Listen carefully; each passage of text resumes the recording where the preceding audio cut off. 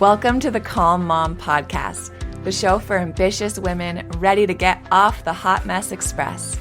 I know you've got a lot going on. You work so hard, you're raising an incredible family, and sometimes it can be overwhelming. I'm your host, Michelle Grosser. I'm a certified master life coach, attorney, wife, and mom. And years ago, I was right where you are. I was running a busy law practice while raising a family, and I was on the fast track to burnout. I thought I just needed to be more organized or have better routines, but it was learning how to heal and regulate my nervous system that expanded my capacity to gracefully hold more of this big, beautiful life. You too are worthy of an extraordinary life in and beyond motherhood. Learning to be a calm, anchoring presence in your home and at work is going to be your superpower. If you're here to do the inner work that brings a sense of calm amidst the chaos, I'm here to join you on that journey. Each time you press play, your growth continues. So let's get at it. Hey friends, welcome to the Calm Mom Podcast. I am Michelle Grosser, and I'm so grateful you're with us today. We're going to talk about why some of us struggle so much to rest. And we're going to talk about 3 specific reasons. They're all subconscious. I think so often our struggle with rest, our struggle with slowing down really comes from these beliefs and these labels and these patterns and this conditioning that we don't even realize that we have. And I know for me, these 3 were a big part in really learning how to embrace slowing down, resting, recharging. And that was a huge part of my healing and learning how to regulate my nervous system. And I believe it's true for you too. So I'm excited to get into it with you guys. But before we do, if you don't yet follow the Calm Mom Podcast, would you hit that follow button today? You can just go to the show's main page on whatever app that you play podcasts on and hit the button that says follow with a little plus sign. That way you can make sure that you are up to date on all of our episodes as they're released. And also, if you have not yet left the Calm Mom Podcast a 5-star rating or a short review, I would be so grateful if today was the day that you would do that. Really, it takes just a few seconds, but it's the best way that you can thank me for this content. If it's had any impact, if it's helped you in any way, I would just be so grateful, because it's not even just for me. I do love it. I love to read what you guys write, and it's so encouraging to me. But more than that, it helps get the show in front of more women. And I believe that everyone, especially mothers, need to know this information that we're teaching here on the show, because it really truly has impact on how we parent, on our marriages, on our mental, emotional, physical, and spiritual health, and ultimately on our legacy, right? So it's big work. So I'm so grateful to be partnering with you in it. Okay. As I was writing the outline for this episode today, we were finishing up the summer cohort of Restore, which has been amazing. The women in the summer cohort have just grown so much in 7 weeks. Like, a lot of what we learn, a lot of what we talk about in Restore is about our paradigms, and it's about our mindsets and our conditioning, especially when it comes to things like rest. Because here's the thing, if you're experiencing chronic exhaustion, if you're experiencing burnout, it's probably because you struggle to rest in some capacity, right? Even though conceptually we all understand that we need to rest, we all understand why it's important, for some reason we can't, or we don't, or we self-sabotage any moment where we might be able to rest, or we try to find rest, but it's so uncomfortable and we can't stop thinking about all the things that we have to do. So we just sit there for 2 minutes ruminating, and then we get back to doing all the things we got to do, right? I know for me, that was my story for a long time. But in the last step of Restore, in step 6, it's all about mindset.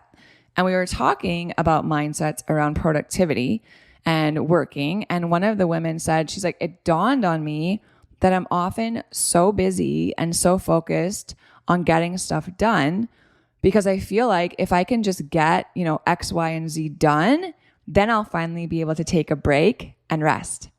Right? Like, I'll be caught up. I'll feel like it's done. I'll feel like I can finally just relax for a bit. And I think once in a blue moon, that might actually be true, you guys. But let's be honest with ourselves. 99% of the time, when we think that way, like that season of busyness doesn't actually bring a season of rest because there's always something else to do. Like we find ourselves on this hamster wheel where we're working so we can have time to rest, but there's always work to do. So we run ourselves ragged trying to get all these things done. And that rest that we're chasing is like the horizon, you guys. Every step closer, it just seems to be further away. So we're chasing a moving target, and that's a recipe for burnout. So hear me when I say this. Despite what hustle culture and I think our cultural obsession with productivity tells you, peace is not tied to your success. I have had massive success in so many different areas of my life, right? I have had, whatever you define success as. I've had business success. I've had financial success. I've had personal, like just big goals that I've reached. I've had what I would consider to be a very quote unquote successful marriage, right? This podcast feels like a huge success to me. And there have been seasons in all of that where I have felt uber successful and not felt a whole lot of peace in the same season. Peace is not the result of a completed checklist. Peace is not tied to your productivity. Any peace that comes from these things is temporary, you guys, because there's always a new checklist tomorrow morning. There's a new mountain of laundry. There's a new sink full of dishes.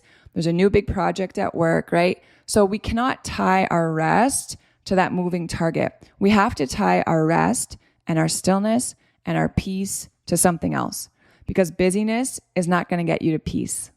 It's just not. And resisting rest is so much deeper than like, I just like to get things done, right? There's way more going on subconsciously than just, I'm a type A person. I'm super productive. I'm super efficient. Like whatever it is that you tell yourself about yourself. There are subconscious patterns that have been cultivated over probably a lifetime, right? Probably starting in childhood, that have created all of these different subconscious stories that you have around rest. And that makes it really hard for you to turn it off, right? Turn the tasks off, turn your brain off for a minute, and really be present with resting and recharging. So let's go through a few of those really common subconscious reasons why you might resist slowing down. And I want you to walk away from this episode just with a mindset shift around each one. So let's go through the 3 subconscious reasons why you might resist slowing down. The first one is that busyness, you guys. Busyness is a great avoidance tactic.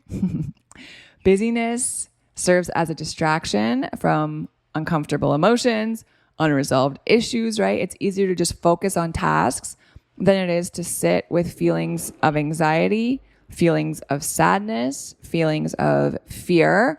Maybe you have I'm trying to think of something stressful, but maybe you have a review coming up, right? An annual review with your boss, and you're just so anxious about it. But instead of sitting with that anxiety and feeling it in your body and allowing it to process and release, what do? You want to avoid it because it doesn't feel good. So we jump into action, right? We see something on social media and it makes us, caught up in comparison, and we feel bad about how we feed our kids or parent our kids. And instead of dealing with that guilt or that shame or whatever it is that's coming up, we start deep cleaning the bathrooms. Right? It happens in so many different ways. Like maybe, your partner isn't carrying his weight around the house. And instead of dealing with that frustration or that disappointment, you are like, I'm going to go organize the garage. And we do this more often than we realize. And when you're constantly busy, your body can stay in this heightened state of alertness, right? We're just like busybody mode. And it's very similar to the fight or flight response. And that state in our nervous system, it's regulated by our sympathetic nervous system. It continues to release stress hormones like cortisol and adrenaline. And we know that that has a huge impact on our body. So our brain often uses busyness as a strategy to avoid confronting what's actually going on under the surface. It keeps our nervous system in this state of arousal. It keeps us busy, and our nervous system never gets this chance to actually come back to baseline stress level, that parasympathetic state, that rest and digest mode.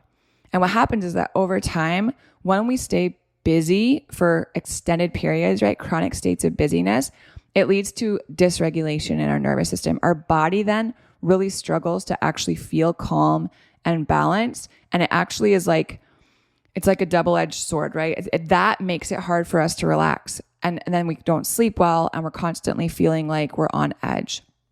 So what do we do about it?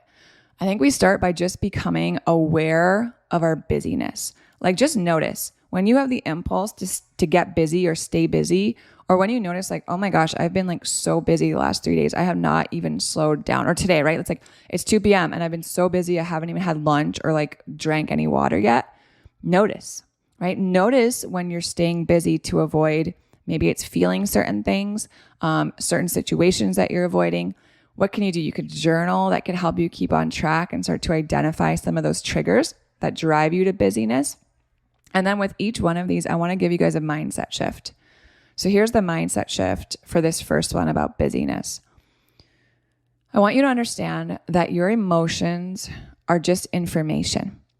So when we look at our emotions as signals, as information, I think that can help us to actually like be in them and feel them and sit in them and understand them sometimes, rather than be like scared of them and want to avoid or suppress them, right?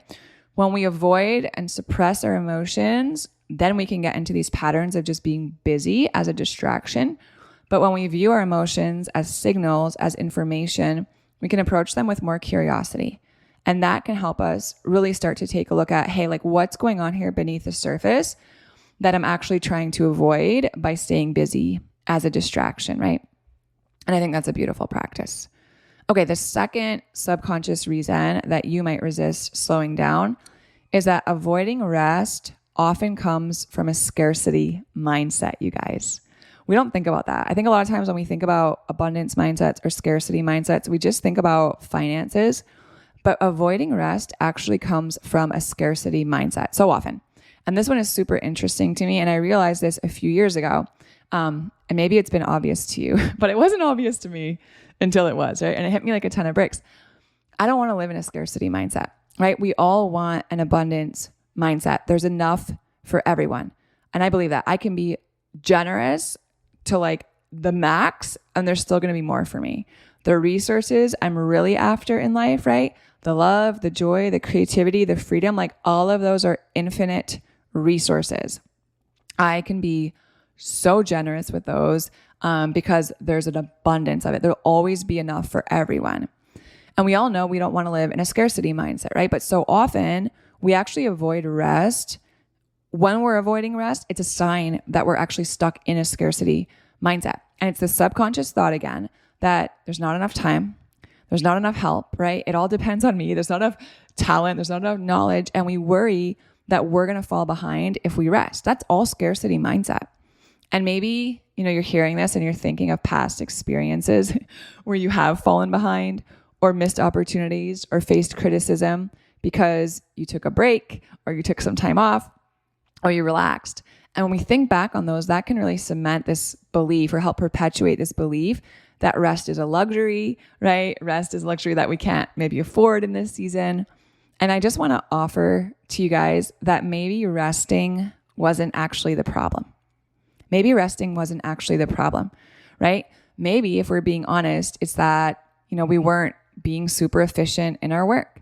Maybe it's that we were distracted. Maybe we were stuck doing all these menial tasks all day long, like checking email and social media and what have you, that didn't actually move the needle in the things that really mattered, right? Maybe we procrastinated. And then when we did rest, we weren't where we needed to be because we'd put it off for so long procrastinating. And that was actually the issue, right? Because I promise you guys, there's enough time for both work and rest. And some of the most productive, highest earning, most successful, most joy-filled people I know all prioritize rest. They get this. And I know for me, I've talked about it a lot, but my word for the year for 2024 is rest. It's been a high priority for me since January. And lo and behold, the better I get at resting, it's so fascinating. The more productive I'm becoming, the more peace I'm experiencing, the more money I'm making, the better it is in my relationships. Like my relationships feel richer. My parenting feels more present. because I'm more regulated, you guys. I'm a better human being all around when I rest. So here's the mindset shift for this one, and it comes from that. I want you all to challenge any belief you might have that rest is unproductive. I want you to realize that rest and productivity aren't mutually exclusive, you guys, but they're actually complementary. Just that realization can be a powerful shift for so many of us. Understand that rest fuels long-term productivity, right? Sustainable productivity. That can change how we view downtime. Rest is so necessary. You want to reach peak performance, you want to sustain peak performance, you got to build in rest. Like even just look at athletes, right? No one trains every single day at peak performance. There's a variation in the flow of a training schedule so that rest is built in, right? You're not breaking down and tearing down your muscles and your joints and your tendons and all these different things so that when it comes down to it, you can perform at peak performance level because you've built in rest. And the same is true for everything, right? Same thing with creativity. You want creativity, you want long-term success. Rest is a vital part of all of that. Rest is a vital part of the cycle of productivity. It's not an interruption to it. So I don't know, put that on a sticky note, put it on your fridge, put it on your computer, put it in your bathroom mirror. Rest is productive. And understanding that rest is essential for productivity and creativity can really change your perspective on slowing down. So that's the second one. And then the third one, the last one here is a lot of us have this subconscious belief that our self-worth is tied to our productivity and our accomplishment. And you might think about this and you're like, well, no, not me. But I would just invite you to open your mind, open your heart, and hear me out, because this is subconscious, right? And for so many of us from a really young age, we might have been we were raised and praised for our achievements. We were praised for our productivity. And that created this subconscious link between our self-worth and our ability to stay busy, get stuff done, achieve at a high level, accomplish tasks, whatever it is. And we learned that resting was being lazy, right? We learned that rest had to be earned. And I think this one has a spiritual aspect to it. If you'll indulge me, I think it's a little bit deeper. I think it's a little more subtle. And maybe you hear this and you're like, Michelle, like I know that my value doesn't come from what I do. But I would venture to say that you probably have a few habits or a few ways of being that contradict that. And hear me out. Taking on too many tasks, taking on too many projects, overcommitting to things. Those are all signs that your self-worth is tied to what you do. Because let's be real, like you probably do that because saying no feels like you're going to let someone down, or you're admitting inadequacy or limitations or defeat or whatever it is, right? Maybe you feel guilty, or maybe you feel really anxious when you're not working. That's also probably a subconscious sign that you don't think you're worthy of rest, right? That you have to earn it. And it's like, I haven't earned it yet. I can't rest yet. I have to do X, Y, and Z first, and then I'll be able to rest.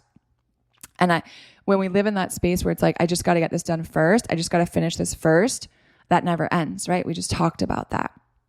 Constantly seeking validation, right? So many of us, again, it's subconscious, we're looking for external validation through our achievements, our accolades. We're looking for praise. We're looking for all these things to be able to feel good about ourselves. Perfectionism, you guys. If you struggle with perfectionism, that's a sign that what I do is tied to my value, right? Everything I do has got to be pitch perfect, right? Every I dotted, every T crossed, it's got to be perfect because it's a direct reflection of me, right? And if my work is perfect, that means that I'm good. Striving for perfection in all your tasks, fearing mistakes, all of that reflects on your worth, your worthiness, the way you see yourself. How about self-care? How about self-care? I think oftentimes prioritizing everyone else, prioritizing work over the things that we actually need, that comes to worthiness, you guys. So often we don't prioritize ourselves. We have poor self-care routines. We don't sleep enough. We neglect our physical and our emotional health because we're not prioritizing our worth. And it's subtle, you guys. and it's insidious and it's pervasive. And if you grew up in an environment where hard work and being constantly active were valued above all else, right? Even with parents who had such good intentions. This was a thing in my house, right? Like my parents worked so hard and they valued hard work, right? Like my dad grew up on a farm, like so much hard work from, before the sun came up until long after the sun set. In the evening, you were working, you were physically working. A lot of those beliefs were internalized by me and my siblings, right? Parents or caregivers who emphasized achievement over relaxation, that also reinforces this mindset. And the thing is that when we zoom out, that type of mindset leads us right to burnout, right? I've been there, I've done it, and I've seen it over and over and over again in the women that I work with.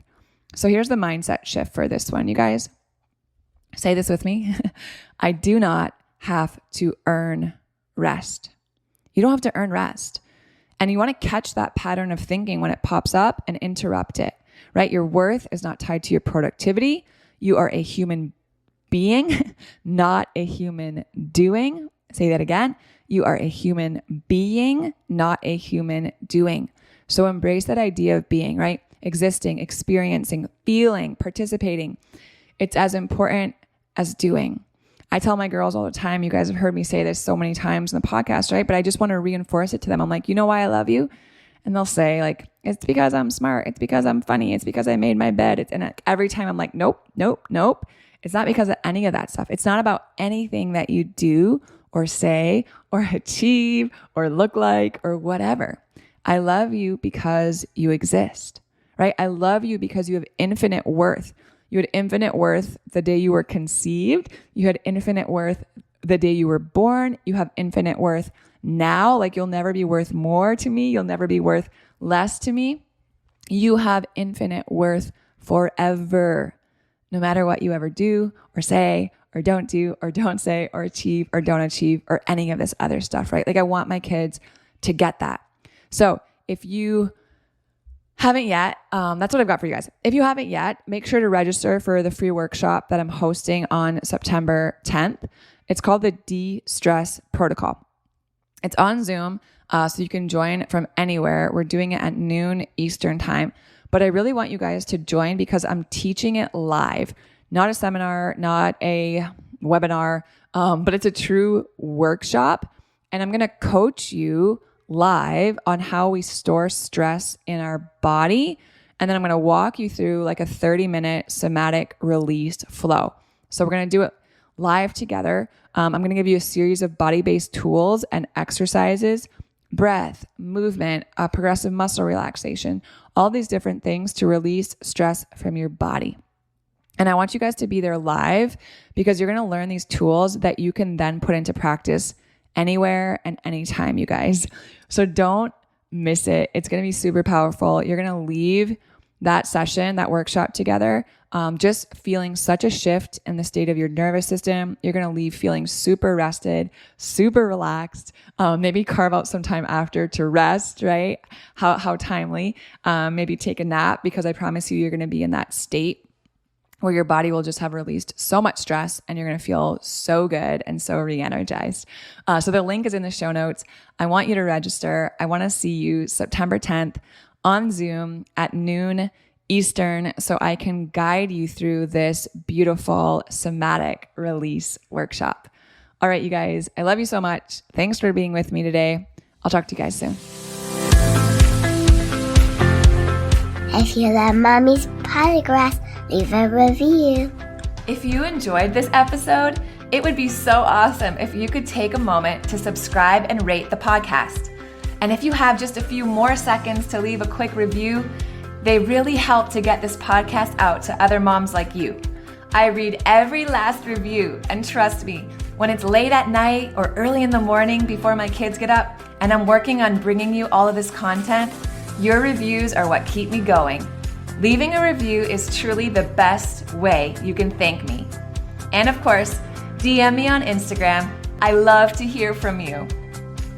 Thanks for listening to another episode. Head over to the show notes for this episode and all past episodes at michellegrosser.com, where you'll find free resources, and more ways to connect with me.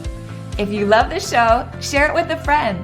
Thanks again for tuning in. We'll see you next time.